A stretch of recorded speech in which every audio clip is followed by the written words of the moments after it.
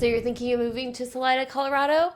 Well, in this video, I'm going to go over 8 must-know tips and tricks that you're going to want to know before you move to Salida, Colorado. And you're going to want to stick around until the end because the last tip is one that even some locals don't know. If this is your first time to the channel, welcome. Be sure and hit the bell for notifications and subscribe so you're the first to know when new informative videos become available. This channel is all about living in Salida, Colorado and the real estate market here. I am Monica McCarthy, a realtor that specializes in Salida, Colorado and surrounding areas. So if you're looking to move here, whether it be in a few weeks or a few months, please reach out to me. Let's schedule a time to chat and I'd be happy to talk to you about how I can help you make a smooth transition to the Salida, Colorado area. Okay, let's talk about the 8 tips and tricks that you need to know before you move to Salida, Colorado. Number 1, the lifestyle here is slow paced. So that might be something that drew you to Salida in the first place. A lot of people come here seeking that slower pace, especially if you live in the city with all the hustle and bustle. Salida is slower. And so while that might at the beginning seem very attractive to you, it's also something to just keep in mind because as a city dweller, there are some changes that you need to get used to that come along with that slow pace. I know when I moved here from the Denver metro area a while back, I was a little surprised at some of the things that were included in that slow pace. So obviously, walking around, it feels like a slower paced area. But one of the things that I was surprised about was that businesses actually close on snow days, and not because they can't get to the office on snow days, because they're out skiing. So they're closed on powder days. That was one thing in the winter. I actually moved here in the winter many years ago and was surprised that some places that had nothing to do with skiing had signs on the window, just like with a quick Sharpie basically saying closed snow day or open late or something along those lines. So that kind of goes along with the slower pace, but it's also just one of the benefits of being here. And then many service providers might not call you back as quickly as perhaps you're used to in the city. It kind of depends on the business. I think some of that might be changing to some degree, but there's a little bit of a slower response and just a slower lifestyle here. So take it or leave it, but it's one of the charms of the area, but it's also just something to keep in mind when you move here. Okay, number 2, casual attire. You will not need to wear those high heels or that business suit unless you are in one of the few jobs that require it. For the most part, it's business casual here. And I have some high heels and classier clothes that are at the back of my closet that I haven't broken out in a few years. So if you're looking to buy a suit, for example, there's not a place to do that. I know kids, when they go to prom, they have to go to the city to find their prom outfits because there's not a whole lot of places here that would, provide a tuxedo, for example. It's just not a big enough town to warrant that. And then just overall, the attire here is just casual. So if you're going out to dinner, you're good in your nice sweatshirt or sweater and some jeans. That's as high class as you need to get. So casual attire, so whether that's for you or not, I think it's lovely, and just get used to it when you live in Salida. Okay, number 3, it's a remote area. Remember that. So everything that goes along with this, I talk about this a little bit more in my video, the pros and cons of living in Salida, Colorado, and just all the things that go along with living in a remote area. But when you first move here, it can feel like a bit of an adjustment, especially if you're coming from the city where you're used to being able to drive really easily to those big box stores, to the Home Depot and Target and Costco and big places like that. We don't have any of that here, which is actually part of the charm. But, it's just something to kind of keep in mind when you are moving here. I know when I first moved here, I thought I would need to go to the city to get a lot of the things I needed.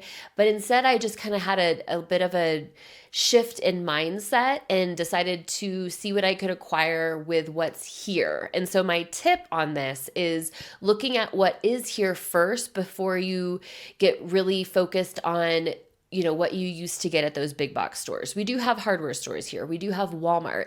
And one tip kind of along with this is to get a Walmart membership. They do free delivery, or it's, part of the membership. And some of the things that might not be in the store to deliver to your house that day is free shipping to be shipped at your house at a later time. So that's something that I've recently discovered and wish I would have known about sooner, because that is a huge help. When you live in the city, you're used to things like Instacart and other delivery services. There's not a ton here, but Walmart does deliver, and that's really helpful for groceries and really all the necessities. And so if you live in Salida, that's a really good choice. Or you could do the pickup. They offer that. So does Safeway. Safeway offers grocery pickup. And then just kind of getting used to what the small businesses here provide. While it's not going to be a big, Target where you have a bunch of the things you need, and often things you don't need that you end up buying.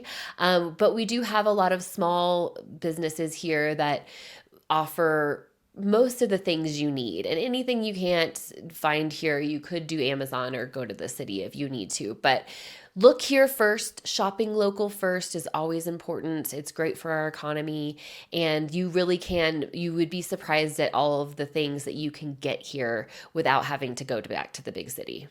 Okay, number 4, confirm your cell phone service provider works here. This is one that I was surprised about when I moved here a while back. I was using Sprint. Sprint is not a good choice here.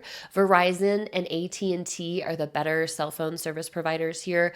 There's a few others, but those are the main ones. So just double check that when you move here, or even before you move here. Does your cell phone work well? And then you might need to switch to a provider that is more that has a better coverage in this area. We are in a rural mountain area, and so there's just not as many choices as you'd find in the city, which is, just something that you have to do when you move here. Number 5, be friendly. We are in a small area. The people you come across, you will likely see again, whether you like it or not. And so it really is just that warm, friendly community for the most part. And so being a positive contributor to that ethos is always a good thing. I talk in one of my videos, the perks about living in Salida, that it's easy to make friends here, because one of the things is you see people multiple times. And so if you, especially if you have kids, you're frequenting the park regularly and you run into the same parents, or you join the yoga studio and start seeing the same people in your classes, you're going to see people regularly. And so it's just helpful to be friendly, and whether you like it or not, you might see that person at the grocery store the very next day.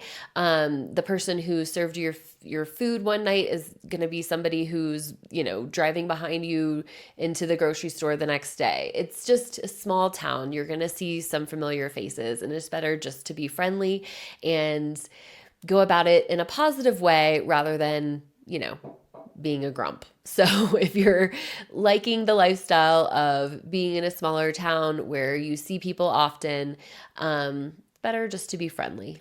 Okay, number 6. Here's a tip. Figure out how to contribute positively to our small community. Now, this is a growing community, and so there are more people coming here. If you're watching this video, you might be somebody who's considering coming here, and welcome. If you do want to come, open arms. It's a welcoming community. But one thing to kind of keep in mind is, how can you contribute to our small community in a positive way? That's kind of been my philosophy. We don't want to keep people from coming here, but we want to make sure the people who come here are contributing in a positive way. So as long as you're doing that, that's fantastic. We're not going to try to change our town into becoming a big city. We want to keep that small town feel. So we have a ton of nonprofits. We have a ton of activities here. What is a way you can contribute? What's a business that could be opened here that might, service the community in a positive way? There's a lot of people in the last few years who have come here who have contributed in positive ways and brought, vitality to our community and to our economy. And it's great. And so as long as you're doing that, welcome. And so keep that in mind. If you're coming here, how can you contribute in a positive way? Number 7, Don't honk or be an aggro driver. I mean, really, that's a philosophy for everywhere you are, but particularly here. I mean, that's one thing I remember noticing when I first moved here is most people don't honk. I mean, you might get the occasional like beep, like, hey, are you paying attention? It's the light turned green, you should go, but not that aggressive, like honk. That doesn't really happen here. Certainly no like road rage type behavior because again, you're gonna see those people again. You could even be driving to the same place and then you have to awkwardly get out of your car at the grocery store parking lot and pretend like you didn't, flick that person off or something. So just go about it the nicer way. Let's just, take a breath, don't honk. And this kind of goes along with the slow-paced lifestyle of living in Salida. So like if you don't have that go, go, go, go, go stress and traffic and I have to get somewhere and I didn't get there where I wanted to because of all of this traffic in between, there's not really traffic here. So that eliminates that stress bonus. And then just, take a breath. It's slower. It's okay. I actually interviewed a longtime Salidan on my podcast, also called Living in Salida. And he talks about how that's one of his biggest tips to people who move here is to just slow down. And you can always tell when it's a visitor is because those are the ones that are like, hurry up and, turn right at the stop sign really fast. And there might be somebody chatting, a pedestrian chatting to a car in front of you and you might have to wait for them to wrap up their conversation before you keep going. It's just, a slower pace. People are friendly, people chat, and it's just better to not bring that aggressive driving ethos to our small community because, they're probably going to see you again. And number 8, confirm your health insurance is covered here. So this is one that I learned about after moving here, being self-employed, and my husband is self-employed as well.